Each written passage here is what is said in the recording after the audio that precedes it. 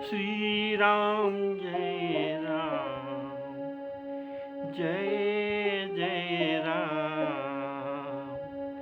श्री राम जय राम, जय जय राम। श्री राम जय राम, जय जय राम। श्री राम जय राम, जय जय राम। श्री राम जय राम, जय जय राम।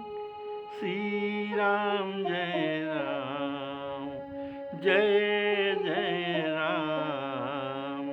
श्री राम जय राम, जय जय राम।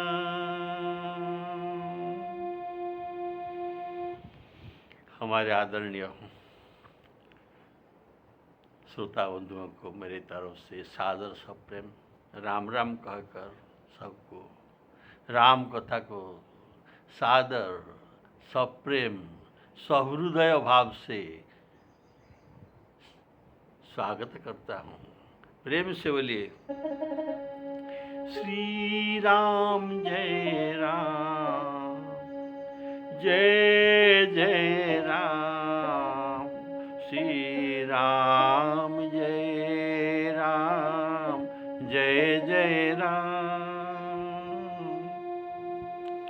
आप लोग सुन रहे थे पिछले एपिसोड में शंकर भगवान जी पार्वती जी को संसार में 9 धन्य के बारे में बता रहे थे। तो आप कुछ सुने तो अभी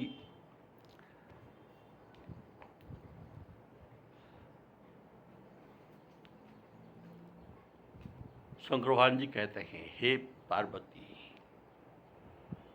हमारे जितना समय है उतना सब समय धन्य नहीं है। तो धन्य कौन सा समय है?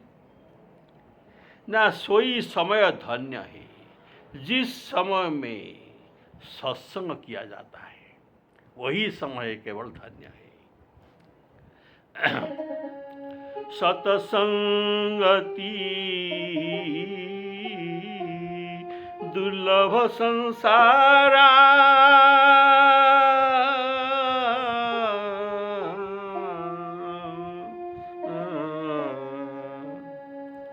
क्यों? इस समय धन्य है ना सत्संगति अत्यंत दुर्लभ इस संसार में। सत्संगति दुर्लभ संसारा, निमिष दंडवरी एक वारा। निमिष दंड 1 मिनट हो या 1 सेकंड हो, यदि बात सत्संग मिले वही समय धन्य ही धन्य है। क्यों धन्य है? ना सत्संग का फल है मोक्ष, सत्संग का फल है भक्ति, सत्संग का फल है परम धाम को प्राप्ति। और हम जो संसार में कामी लोग का संग करते हैं, ये भव के गिरने वाला संसार रूपक कुएं में गिरने वाला है, अपना अधोगति होता है। इसीलिए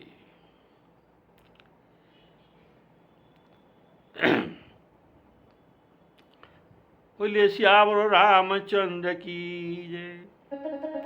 सतसंग संत संग, संत संग अपवर्ग कर, कामी भव कर पंथ,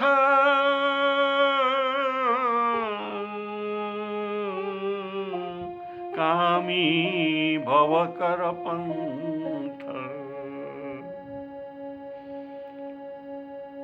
इसीलिए रामचरितमानस में कहा गया है कि सत्संग में जितना सुख मिलता है, यही सुख मोक्ष अपवर्ग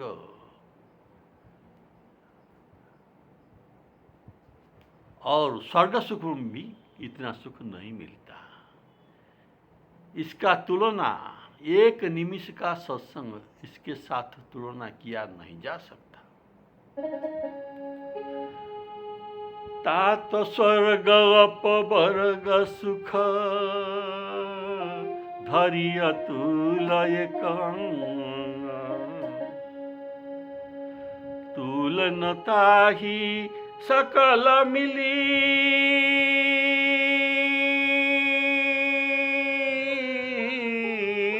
तुलनता ही सकल मिली जो सुख लब सतसंग जो सुख लब सतसंग। इसलिए शंकर भगवान जी कहते हैं उस समय धन्य है जिस समय में सत्संग होता है। चलिए सियावर रामचंद्र की जय।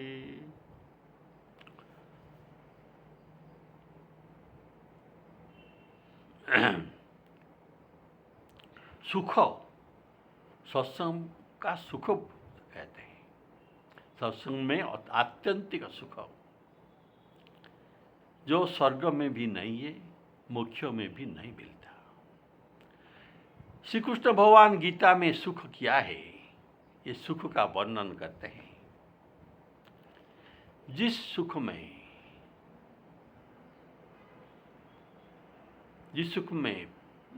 परिणाम अमृत तुल्य अर्थात कल्याणकारक हो, वही सात्विक सुख है। चाहे प्रारंभ में दुख भोग करना क्यों न पड़े, लेकिन अंतिम परिणाम कल्याणकारक होना चाहिए, अमृत समान होना चाहिए। जिस परिणाम जस सुखं परिणामे अमृतोपमं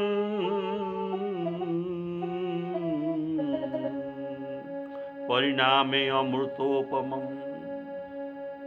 तत्सुखं सात्विकं प्रोक्तं आत्मबुद्धि प्रसादजम्। सत्संग ये है मुख्य कर द्वारा।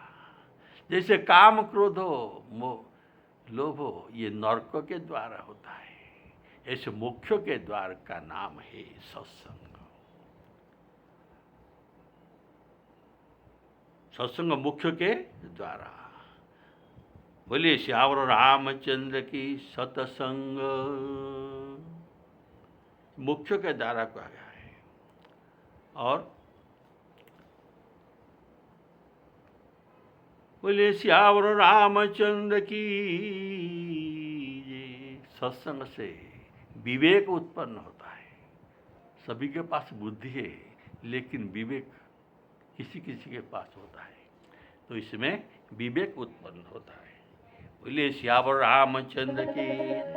आप जानते हैं बिना हरि कृपा से सत्संग नहीं मिलता, ये बहुत दुर्लभ है। बिनु सतसंग विवेक न होई, राम कृपा बिनु सुलभ न सोई, बिनु सतसंग विवेक न होई।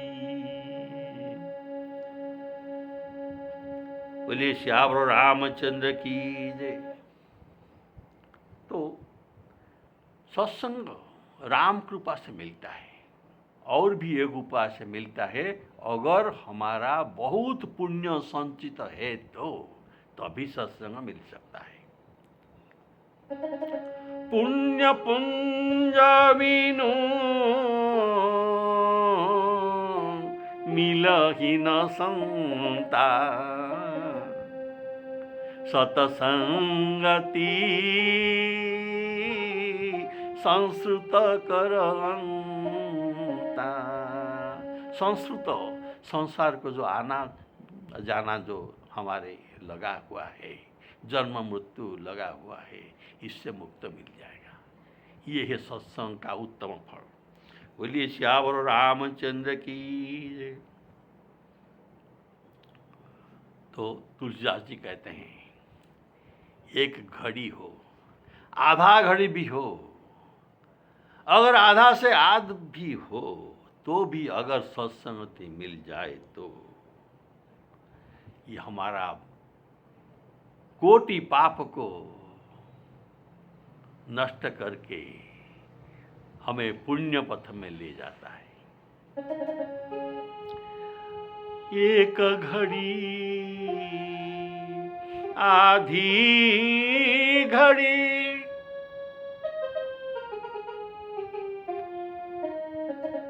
एक घड़ी आधी घड़ी, आधी से पुनियाध,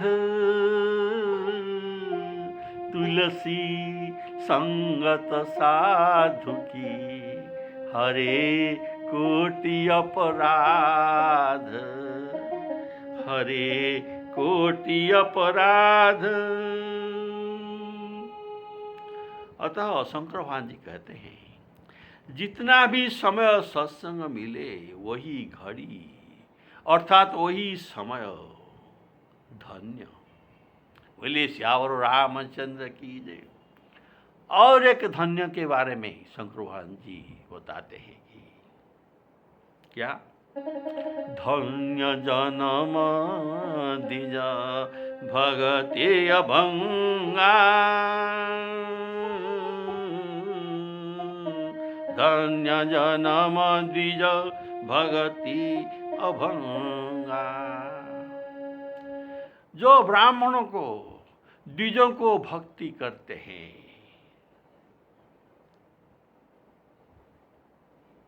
निष्कपट भक्ति, इनका जन्म भी धन्य है।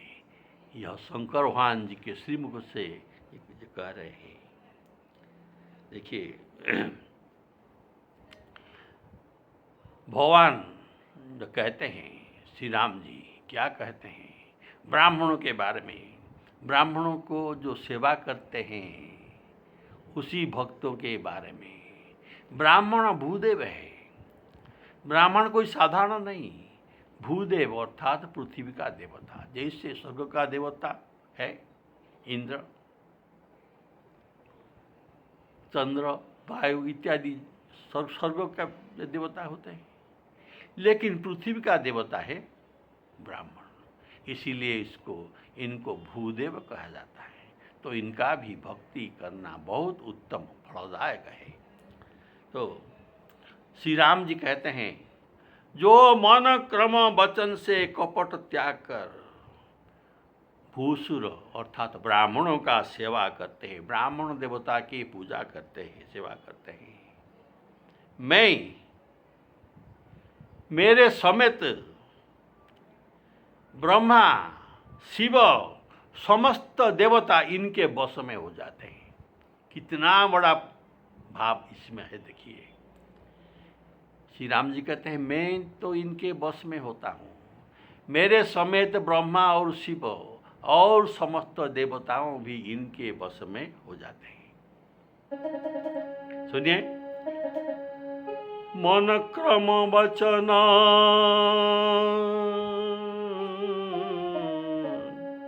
मन क्रम वचन कपट तजी, जो कर भूसुर सेव।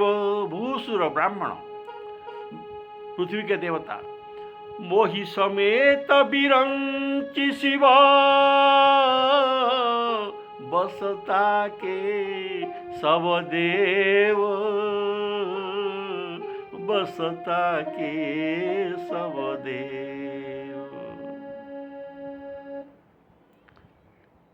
भूसुर सेव, क्योंकि ये श्रोत्रिय ब्राह्मण है, वेद पाठ करते हैं, होमो यज्ञ सब करते हैं, देवताओं को संतुष्ट करते हैं, इनके ऊपर सभी देवता प्रसन्न होते हैं।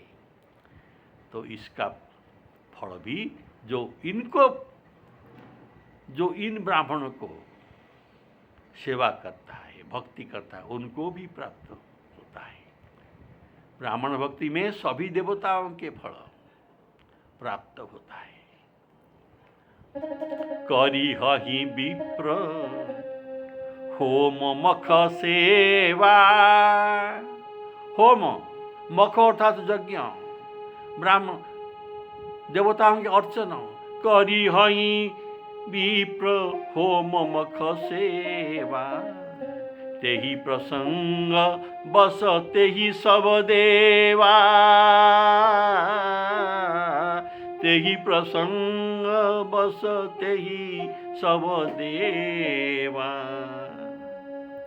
ऐसा शास्त्र में कहा गया है कि भगवान का दो मुख है, दो मुख में भगवान भोजन करते हैं।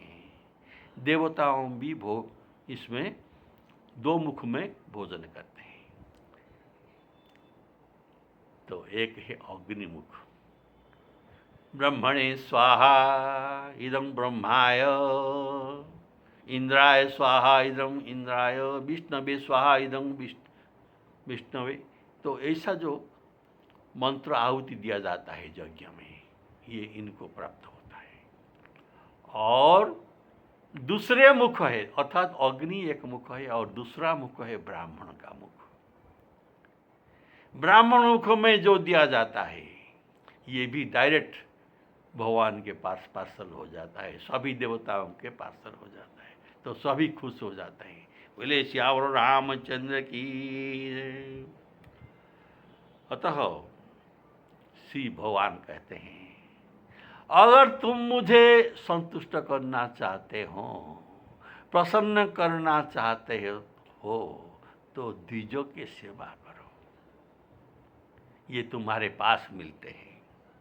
मैं तो दूर में हूँ, मैं जितना दूर में हो भी तुम्हारे लिए प्रसन्न हो जाऊंगा, लेकिन तुम्हारे पास में जो है ब्राह्मणों का छल कपट छड़कर मन क्रम वचन से इनके सेवा करो, भक्ति करो, मैं प्रसन्न हो जाऊंगा, कोई बात नहीं।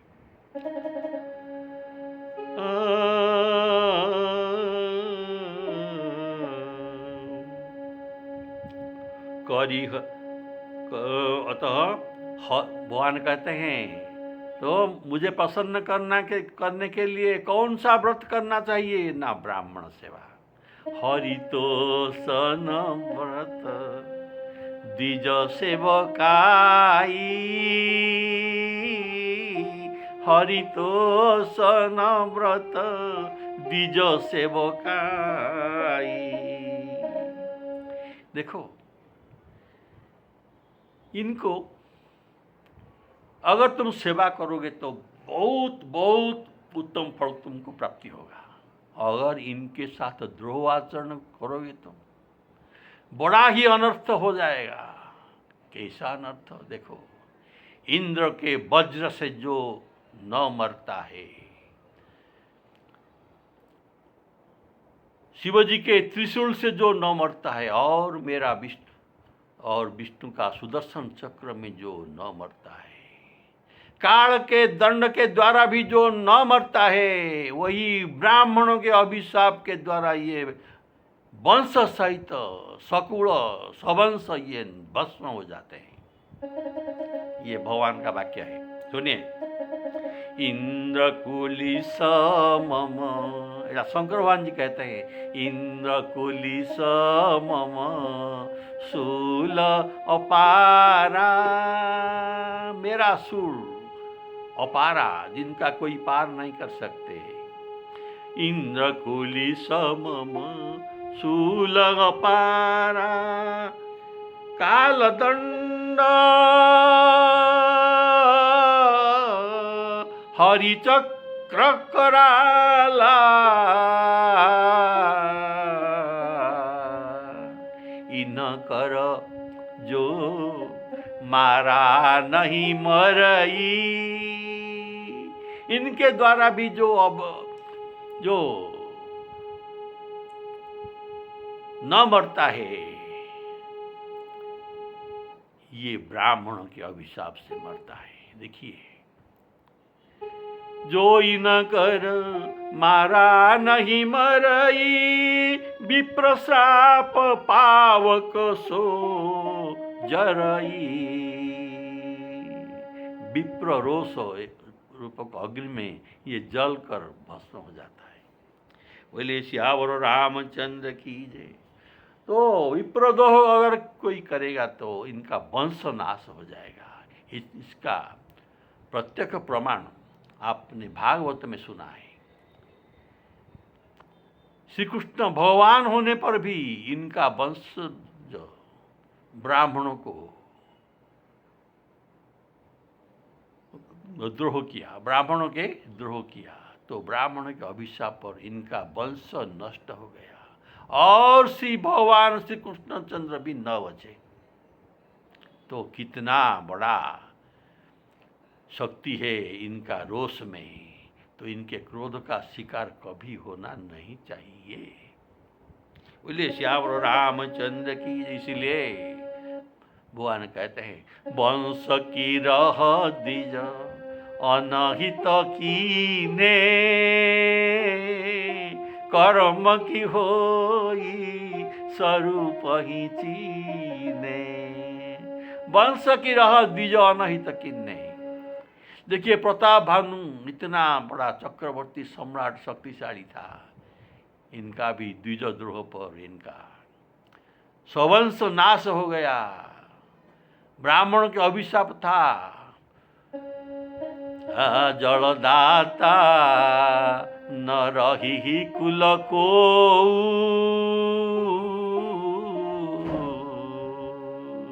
जल तर्पण करने के लिए भी तुम्हारे कुल में कोई नहीं बचेगा। ऐसा प्रताप भानु को ब्राह्मणों ने अभिशाप दिया था।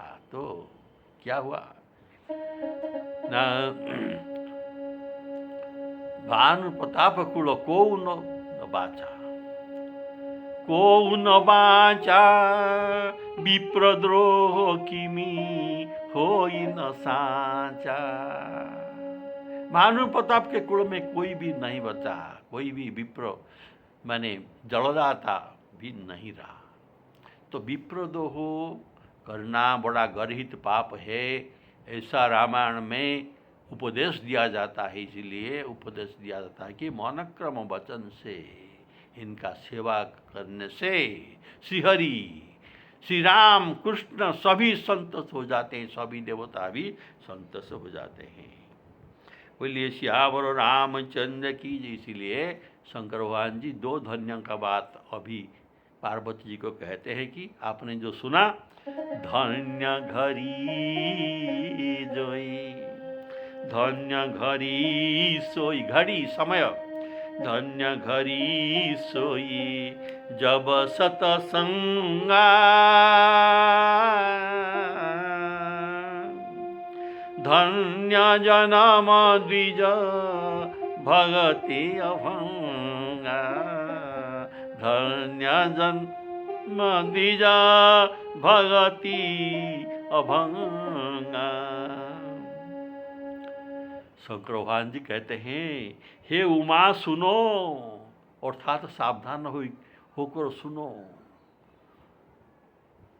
कुछ इम्पोर्टेंट बात अभी बोलता हूँ, सबसे इम्पोर्टेंट। तो क्या, वही कुल धन्य होता है, वही कुल धन्य होता है, वही कुल जगत पूज्य होता है और परम पवित्र भी है। कौन सा कुल ना, जिस कुल में श्री रघुनाथ अनुरागी जन्म लेते हैं। बोलिए श्यावर रामचंद्र की। इनका वाक्य सुनिए, सो कुल धन्य उमा सुनो, सो कुल धन्य उमा सुनु, जगत पूज्य सुपुनीत, परम पवित्र जगत पूज्य सुपुनीत, श्री रघुवीर परायण, जेहि नर उपज विनीत, जेहि नर उपज विनीत।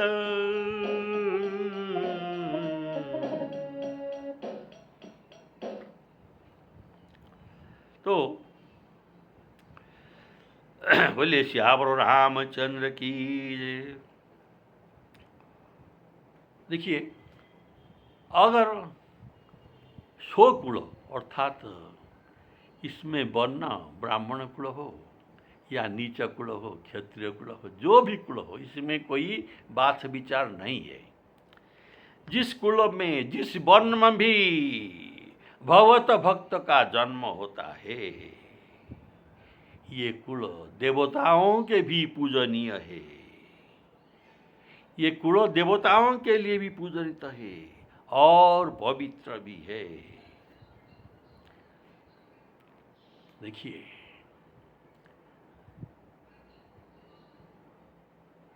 धन्य धन्य माता पिता, ऐसा जो कहा गया है। तुलसीदास जी कहते हैं दुआ में, धन्य धन्य माता पिता। ये भक्तों के माता पिता धन्य है।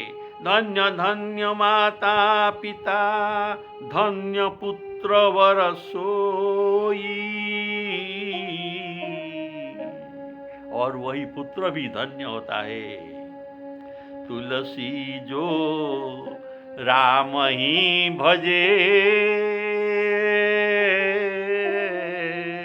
तुलसी जो राम ही भजे,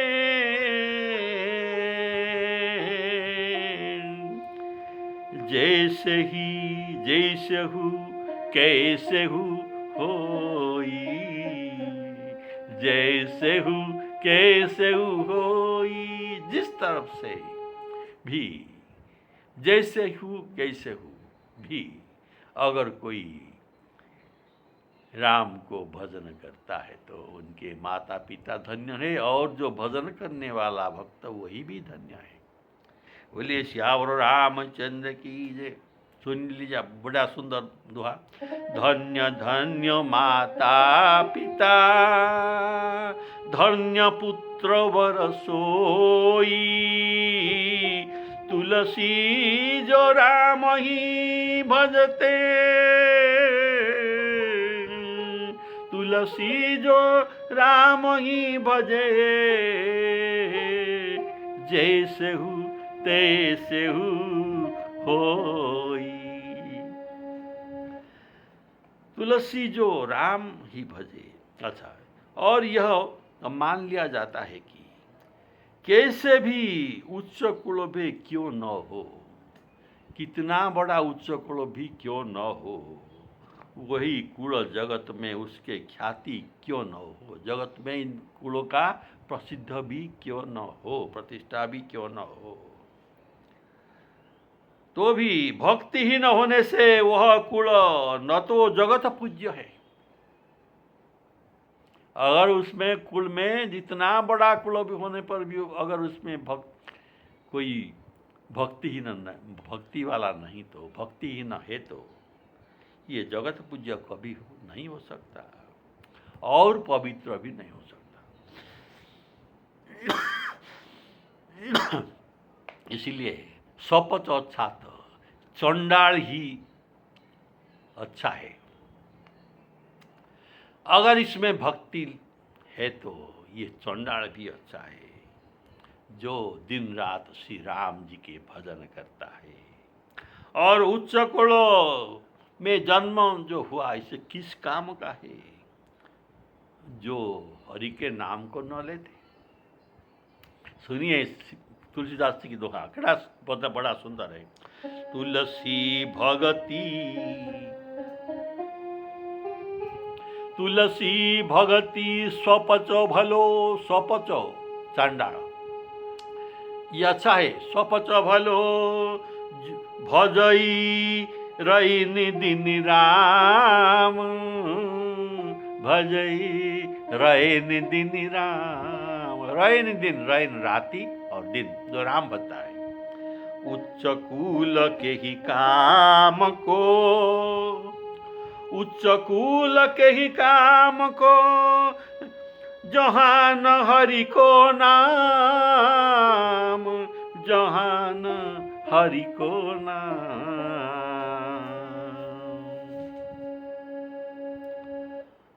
तो अति उच्च, देखिए एक उदाहरण है,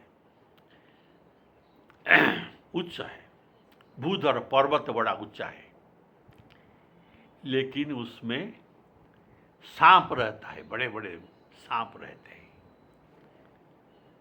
ये सांपों का स्थान है, एक बड़ा पर्वत, लेकिन एक नीचे का भूमि है, नीचे का भूमि है जहाँ धान, ईख उत्पन्न होता है। तो ये नीचे कुल में, नीचे भूमि में जो धान और ईख उत्पन्न होता है, ये इससे अच्छा है। तो बड़ा होने से क्या हुआ? बड़ा हुआ तो क्या हुआ, जैसे पेड़ खजूर, पंथी को पंथ छाया नहीं, फल लगे अति दूर। ऐसा कबीरदास कहते हैं। बड़ा होने से कोई बात नहीं, लेकिन दूसरे के उपकार में आना चाहिए। तो तुलसीदास जी का दुआ सुनिए। अति ऊंचे भूधर पर, बहुत ऊंचा है पर्वत, इसके पर क्या होता है? न भुजंगन के वास, भुजंग सर्प के वास है। अति उच्च, अति ऊंचे भूधर पर, भुजंगन के वास, तुलसी अति नीचे सुखद, तुलसी अति नीचे सुखद, ऊख अर्ण अरु धान। नीचे भूमि है, लेकिन इसमें धान, गेहूं, ईख आदि उत्पन्न होता है। तो कौन अच्छा है? ये नीचे वाला अच्छा है। इसीलिए गोस्वामी जी कहते हैं, वरम नीचे कुल में हो लेकिन राम भजो, ये अच्छा है।